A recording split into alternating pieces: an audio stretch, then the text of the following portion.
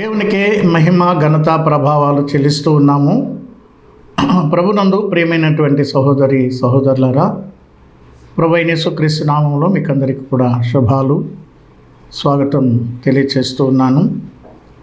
ఆయన వాక్యమే సత్యము అనేటువంటి కార్యక్రమానికి మిమ్మల్ని అందరినీ కూడా ప్రేమపూర్వకంగా ఆహ్వానిస్తూ మరి ఈరోజు మన ధ్యానం కొరకు కొన్ని విషయాలు అనగా ఈ తరగతిలో మనము దైవ గ్రంథంలో వర్ధిల్లినటువంటి కొంతమంది భక్తులను మనము జ్ఞాపకం చేసుకుందాం. ఎందుకంటే వర్ధిల్లుట అనేది దేవుడు కోరుకునేదే, మనం కోరుకున్నది కాదు. ఆనాడు ఆది కాండంలోనే ఆదామవ్వలను ఆశీర్వదిస్తూ దేవుడు మీరు వర్ధిల్లండి, భూమిని నిందించండి, విస్తరించండి అని ప్రభు సెలవిచ్చాడు. కాబట్టి వర్ధిల్లుట అనేది దేవుని యొక్క ఉద్దేశం. ఎవరు కూడా అణగారిపోవాలని దేవుని యొక్క ఉద్దేశం కాదు, దిగజారిపోవాలని అంతకన్నా దేవుని యొక్క ఉద్దేశం కాదు. అందరూ వర్ధిల్లాలి. అందుచేత మనము ఈ సమయంలో వర్ధిల్లినటువంటి భక్తులను మనం జ్ఞాపకం చేసుకుందాం. మొదటిగా మనము ఆదికాండం 39వ అధ్యాయం 2వ వచనంలోనే మనము చూస్తూ వచ్చాం. యోసేపు, దేవుడు అతనికి తోడుగా ఉన్నాడు గనుక యోసేపు వర్ధిల్లుతూ ఉన్నాడు అని మనం చూసాం. ఆయన వర్ధిల్లడానికి గల కారణం చెప్పుకున్నాం మనం ఏమిటంటే దేవుడు అతనికి తోడుగా ఉన్నాడు అని. దేవుడు తోడుగా ఉండాలి అంటే ఏం చేయాలో కూడా మనం నేర్చుకున్నాం. అలాగే వర్ధిల్లాలి అంటే ఇంకా ఏం చేయాలో కూడా మనం నేర్చుకున్నాం. అయితే వర్ధిల్లినటువంటి భక్తుల జీవితంలో మనం చూస్తున్న సంగతి ఏంటంటే యోసేపు జీవితంలో దేవుడు అతనికి తోడుగా ఉన్నాడు. దేవుడు అతనికి తోడుగా ఉన్నాడు కాబట్టి దేవుడు అతన్ని వర్ధిల్లజేశాడు అనే మాట చూస్తున్నాం. అలాగే మనము సమూయేలు మొదటి గ్రంథం 2వ అధ్యాయము 26వ వాక్యంలో చూడండి. బాలుడగు సమూయేలు ఇంకను ఎదుగుచు యెహోవా దయయందును మనుషుల దయయందును వర్ధిల్లుచుండెను. ప్రియులారా గమనించండి, బాలుడగు సమూయేలు. ఇక్కడ సమూయేలు వర్ధిల్లడానికి గల ముఖ్యమైనటువంటి కారణం ఏంటంటే చూడండి, మనము మొదటి అధ్యాయములో 28వ వాక్యాన్ని చదువుకుందాం. కాబట్టి నేను ఆ బిడ్డను యెహోవాకు ప్రతిష్ఠించుచున్నాను, తాను బ్రతుకు దినములన్నిటను వాడు యెహోవాకు ప్రతిష్ఠితుడని చెప్పాను. అప్పుడు వాడు యెహోవాకు అక్కడనే మ్రొక్కెను అనే మాట చూస్తున్నాం. ప్రియులరా, మనము సమూయేలు పాలు విడిచిన తర్వాత, ఎందుకంటే అసలు సమూయేలు యొక్క జన్మ చాలా విశేషమైంది. ఎందుకంటే హన్నా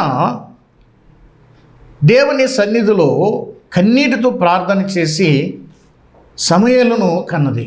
ప్రియులరా, ఆమె కన్నప్పుడు కనకముందు తాను చేసినటువంటి తీర్మానం ప్రకారంగా సమూయేలు పాలు విడిచిన తర్వాత దేవుని సన్నిధిలో దేవుని కొరకు ఆ బాలుడైన సమూయేలును దేవుని సన్నిధిలో ప్రతిష్ఠ చేసింది. అంటే దేవుని కొరకు ప్రత్యేకపరిచింది, అంటే దేవునికి ఇచ్చివేసింది. కాబట్టి బాలుడైనటువంటి సమూయేలు దైవ సన్నిధిలో అతడు ప్రతిష్ఠ చేయబడిన తర్వాత, దేవుని సన్నిధిలో అతడు అప్పగించిన తర్వాత, అతడు లేక ఆ బాలుడు అయిన సమూయేలు దేవునికి మ్రొక్కడం, ఆరాధించడం అనేది ప్రారంభం చేశాడు. కనుక మనం ఇక్కడ ఏం చూస్తున్నామంటే సమూయేలు దేవుని సన్నిధిలో ఉన్నాడు, దేవుని సన్నిధిలో ఉన్నాడు. ప్రియులారా, మనము వర్ధిల్లినటువంటి సమూయేలు యొక్క అభివృద్ధి యొక్క కారణాన్ని మనం ఇక్కడ చూస్తున్నాం. ఏమిటంటే సమూయేలు దేవుని సన్నిధిలో వర్ధిల్లాడు అని. దైవ సన్నిధి అనేది మనకు చాలా ప్రాముఖ్యమైనది. ప్రియులారా, దేవుని సన్నిధిని మనం నిత్యము వెతుక్కుంటూ ఉండాలి. చాలామంది దేవుని సన్నిధిని నిర్లక్ష్యం చేస్తూ ఉన్నారు. దేవుని సన్నిధి పట్ల ఎవ్వరు కూడా నిర్లక్ష్యం చేయకూడదు. ఎందుకంటే దైవ సన్నిధి యొక్క ప్రాముఖ్యత లేకపోతే దైవ సన్నిధి యొక్క శ్రేష్టత మనము 84వ కీర్తనలో మనము ఈ మాట చదువుతాం. 10వ వచనములో నీ ఆవరణములో ఒక దినము గడుపుట 1000 దినముల కంటే శ్రేష్టము అన్నాడు. అలాగే భక్తిహీనుల గుడారములలో నివసించుట కంటే నా దేవుని మందిర ద్వారమునద్ద ఉండుట నాకు ఇష్టము అన్నాడు. ప్రియులరా, దైవ సన్నిధి ఎంత శ్రేష్టమైందంటే 1000 దినాల కన్నా అంటే 1000 రెట్లు శ్రేష్టమైంది. ప్రియులరా, గమనించండి, దైవ సన్నిధిలో గడుపుట అనేది 1000 రెట్లు శ్రేష్టమైనదిగా మనం చూస్తూ ఉన్నాం. ఈ శ్రేష్టమైనటువంటి దైవ సన్నిధిలో సమూయేలు గడిపాడు గనుక సమూయేలు నానాటికి ఆయన వర్ధిల్లుతూ వచ్చాడు. సమూయేలు మరి పాత నిబంధనలో చివరి న్యాయాధిపతిగా మొట్టమొదటి ప్రవక్తగా మనం ఇక్కడ చూస్తూ ఉన్నాం. ఇశ్రాయేలు ప్రజలకు చక్కగా న్యాయం తీర్చినటువంటి న్యాయాధిపతులలో శ్రేష్టమైనటువంటి న్యాయాధిపతిగా సమూయేలు ఉన్నాడు. అలాగే ప్రవక్తగా గొప్పగా ఆయన పేరుగాంచాడు సమూయేలు. ఈ విధంగా మరి సమూయేలు వర్ధిల్లడానికి గల కారణం ఏంటంటే అతడు పాలు విడిచిన నాటి నుండి కూడా దేవుని సన్నిధిలో అతడు గడిపాడు. ప్రియులారా, మనం చూస్తున్నాం చాలామంది గొప్ప భక్తులు వారు చిన్న వయసులోనే రక్షించబడినట్టుగాను వారు గొప్ప సేవ చేసి వారు వర్ధిల్లినట్లుగా మనము చరిత్రలో చూస్తూ ఉన్నాం. దైవ సన్నిధి చాలా ప్రాముఖ్యమైనది ప్రియులారా. దైవ సన్నిధి అనేది మనలను వర్ధిల్ల చేస్తుంది. కాబట్టి మరి యోసేపును దేవుడు వర్ధిల్ల చేశాడు, ఎందుకంటే దేవుడు యోసేపుకు తోడుగా ఉన్నాడు కనుక. అలాగే సమూయేలును దేవుడు వర్ధిల్ల చేశాడు, ఎందుకంటే సమూయేలు దేవుని సన్నిధిలో ఆయన గడిపాడు కనుక. అట్లాగనే మనము సమూయేలు 2వ గ్రంథంలో 5వ అధ్యాయము 10వ వచనంలో కూడా దావీదును గురించి ఒక మాట చదువుతాం. చూడండి, దావీదు అంతకంతకు వర్ధిల్లెను. అభివృద్ధి అనేది ఆగకుండా ముందుకు కొనసాగాలి. కానీ కొంతమంది జీవితాల్లో అభివృద్ధి చెంది ఆగిపోయినటువంటి వారు ఉన్నారు. అది కాదు. ఇక్కడ దావీదు గురించి మనము చదువుకున్న మాట ఏంటంటే అంతకంతకు వర్ధిల్లెను అనే మాట చూస్తున్నాం. వాస్తవంగా దావీదు తన కుటుంబంలో కడగొట్టువాడు. తన తండ్రి అయిన యెష్షయి యొక్క చిన్న మందను ఆయన అరణ్యంలో మేపుకుంటూ ఉండేటువంటి దావీదును దేవుడు ఎంతగా వర్ధిల్ల చేశాడంటే తన ప్రజలైనటువంటి ఇశ్రాయేలీల మీద ఆయనను రాజుగా కూర్చుండబెట్టాడు, సింహాసనం మీద కూర్చుండబెట్టాడు. అతడు ఆధ్యాత్మికంగా కూడా వర్ధిల్లినటువంటి వాడు. కారణం ఏంటంటే దేవుడు అతనికి తోడుగా ఉన్నాడు అని మనము దేవుని వాక్యంలో మనం చదువుతూ ఉన్నాం. ప్రియులారా, దావీదు కూడా దేవుని యొక్క సహవాసములో ఎదిగినటువంటి వాడు. బాల్య దినముల నుండి కూడా దేవుని సహవాసములో ఎదిగి దేవుని గొప్ప కార్యాలు ఆయన చేశాడు. కాబట్టి దైవ సహవాసం దావీదుని వర్ధిల్ల చేసింది అని మనము చూడగలం. ప్రియులారా, మాత్రమే కాదు, దినవృత్తాంతముల మొదటి గ్రంథము 29వ అధ్యాయములో దినవృత్తాంతాల మొదటి గ్రంథము 29వ అధ్యాయము 23వ వాక్యాన్ని మనము చదువుకున్నట్లయితే ఈ విధంగా మనం అక్కడ చూస్తూ ఉన్నాం. చూడండి, అప్పుడు సొలొమోను తన తండ్రి అయిన దావీదునకు మారుగా యెహోవా సింహాసనమందు రాజుగా కూర్చుండి వర్ధిల్లుచుండెను. ప్రియులారా, రాజుగా సొలొమోను మరి రాజుగా వర్ధిల్లాడు. కారణం ఏమిటంటే సొలొమోను కూడా దేవునికి ఇష్టడుగా జీవించాడు అని మనము గమనిస్తూ ఉన్నాం. అంటే కొంతకాలం తర్వాత సొలొమోను పడిపోయాడు నిజమే, కానీ చివరి సమయంలో మరలా తిరిగి మారు మనసు పొంది దేవుని వైపుకు మళ్ళుకున్నట్టుగా మనము సొలొమోను యొక్క జీవిత చరిత్రను మనం చూడగలం ప్రియులారా. అలాగైతే ఇక్కడ కూడా ఏం చూస్తున్నాం? సొలొమోను యొక్క అభివృద్ధి ఎక్కడుంది అని అంటే ప్రియులారా, ఇక్కడ మనం చదువుకున్నాం. అప్పుడు సొలొమోను తన తండ్రి అయిన దావీదునకు మారుగా యెహోవా సింహాసనమందు రాజుగా కూర్చుండి వర్ధిల్లుచుండెను. ఇశ్రాయేలీలందరూ అతని ఆజ్ఞకు బద్ధులై ఉండిరి. అధిపతులందరూ, యోధులందరూ, రాజైన దావీదు కుమారులందరూ రాజైన సొలొమోనునకు లోబడిరి.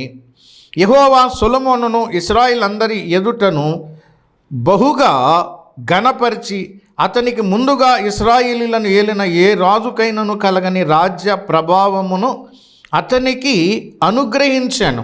ఇక్కడ కూడా మనం చూస్తున్నాం, దేవుడు అనుగ్రహించినటువంటి అధికారం ఇదంతా కూడా. ఎందుకంటే దేవుడే సొలొమోనును ఒక రాజుగా వర్ధిల్ల చేశాడు. సొలొమోను బాల్యములోనే, చిన్న వయసులోనే రాజుగా చేయబడి సింహాసనం మీద కూర్చున్నాడు. ఎందుకంటే సొలొమోను ఒక మంచి ప్రార్థన చేశాడు. దేవుని సన్నిధిలో సొలొమోను చేసినటువంటి ప్రార్థన దేవునికి ఇష్టమైనది అని రాయబడి ఉంది. ప్రియులారా గమనించండి, దేవునికి ఇష్టలైనటువంటి వారు దేవునికి ఇష్టమైనటువంటి ప్రార్థనలే చేస్తాడు.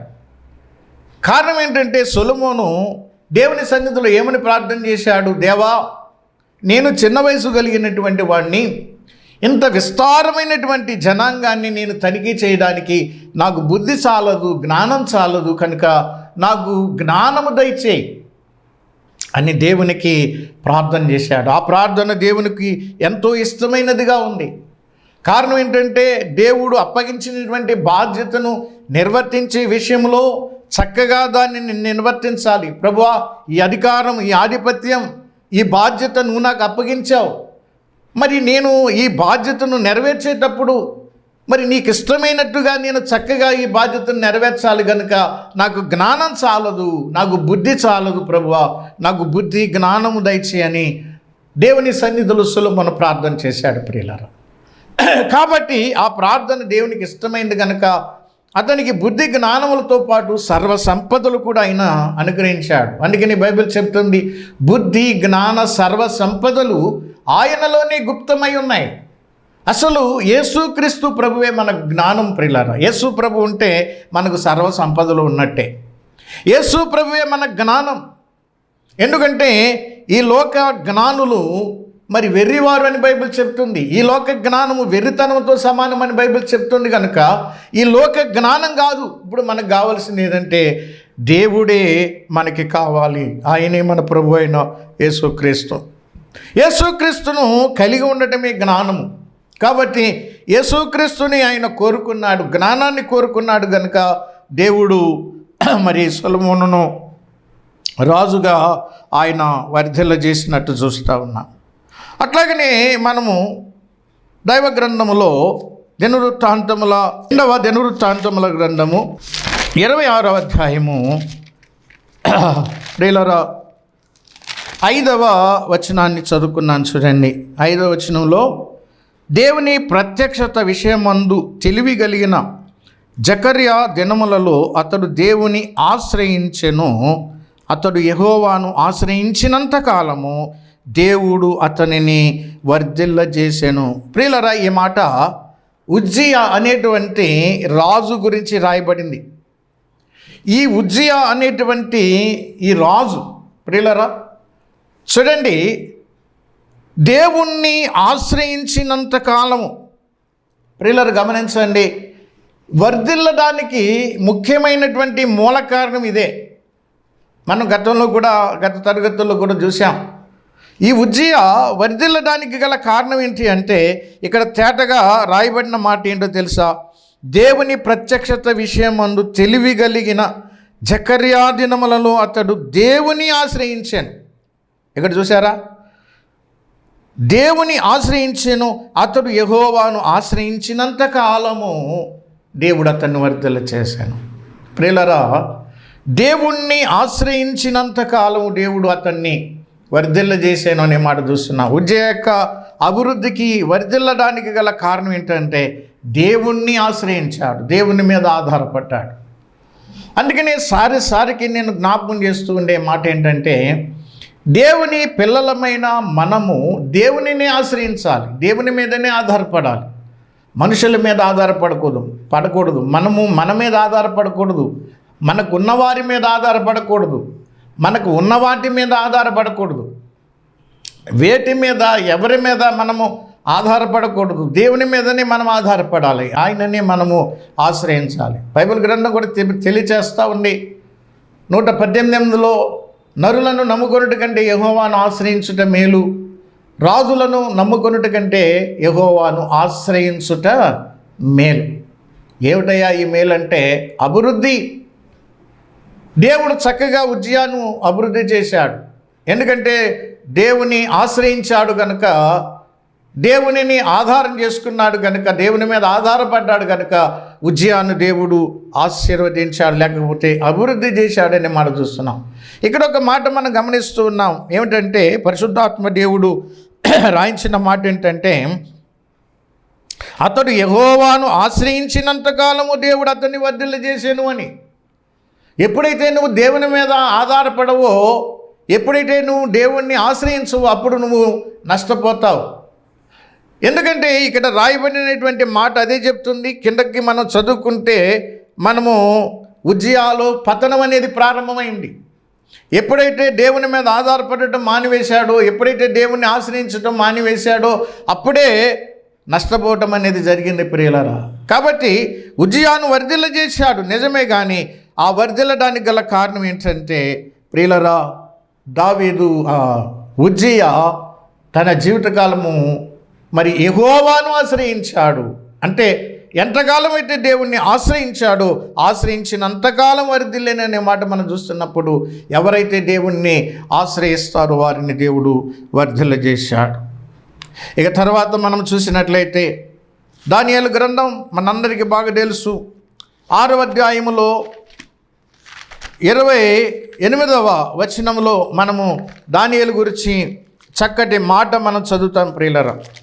దానియేలు గ్రంథం 6వ అధ్యాయము 28వ వచనములో, ఈ దానియేలు దర్యావేషు ప్రభుత్వ కాలమందును పారసీకుడకు కోరెషు ప్రభుత్వ కాలమందును వర్ధిల్లెను అనే మాట చూస్తున్నాం. దానియేలు యొక్క అభివృద్ధి, రాజులు మారిపోయారు, రాజ్యాలు మారిపోయినాయి, కానీ దావీదు అభివృద్ధి మాత్రము ఏం మారలేదండి. దానియేలు అభివృద్ధి చెందుతూనే ఉన్నాడు, వర్ధిల్లుతూనే ఉన్నాడు. దానియేలు యొక్క అభివృద్ధి యొక్క ఆ రహస్యం ఏంటంటే చూడండి, దానియేలు ఎటువంటి వాడో ఇక్కడ 6వ అధ్యాయము 3వ వచనములో మనం చూస్తూ ఉన్నాం. 6వ అధ్యాయం 3వ వచనంలో, ఈ దానియేలు అతి శ్రేష్టమైన బుద్ధి గలవాడై. ఈ దానియేలు ఎటువంటి వాడంట? అతి శ్రేష్టమైనటువంటి బుద్ధి కలిగినటువంటి వాడు ఈ దానియేలు. అందుకని దానియేలులో నింద కానీ, తర్వాత మరి ఏ తప్పు కానీ వీరు కనుగొనలేకపోయాడు. కాబట్టి దానియేలు అతి శ్రేష్టమైన బుద్ధి కలిగిన వాడు మాత్రమే కాదు, దానియేలు నమ్మకస్తుడు. దానియేలులో ఏ నేరం కానీ ఏ తప్పు కానీ చేసినటువంటి వాడు కాడు.